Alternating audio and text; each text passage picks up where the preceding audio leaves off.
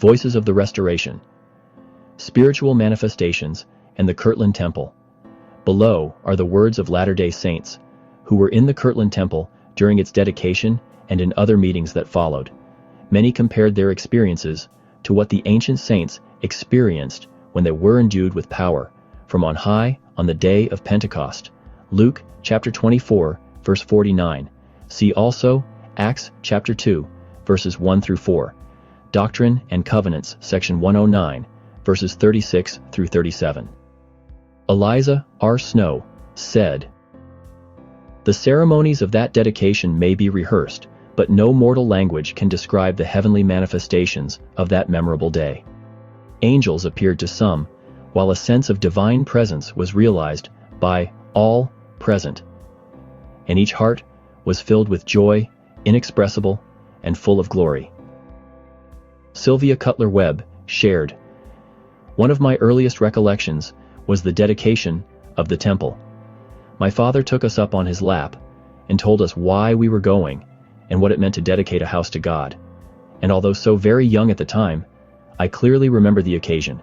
I can look back through the lapse of years and see as I saw then Joseph the prophet, standing with his hands raised towards heaven, his face ashy pale, the tears running down his cheeks as he spoke on that memorable day. Almost all seemed to be in tears. The house was so crowded, the children were mostly sitting on older people's laps.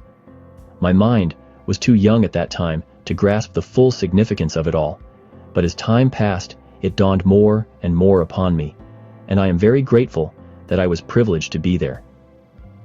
Oliver Cowdery recalled, "In the evening I met with the officers of the church in the Lord's house. The Spirit was poured out.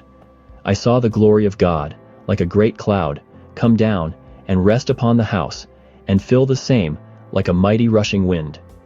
I also saw cloven tongues, like as of fire rest upon many, while they spake with other tongues and prophesied." Benjamin Brown testified, "Many visions were seen. One saw a pillow or cloud rest down upon the house, bright as when the sun shines, on a cloud like as gold. Two others saw three personages hovering in the room with bright keys in their hands, and also a bright chain in their hands." Orson Pratt declared, "God was there. His angels were there. The Holy Ghost was in the midst of the people, and they were filled from the crown of their heads to the soles of their feet with the power and inspiration of the Holy Ghost." Nancy Naomi Alexander Tracy remembered, "When the temple was finished and dedicated, they were two of the happiest days of my life. The fitting hymn that was composed for the occasion was 'The Spirit of God, like a fire, is burning.'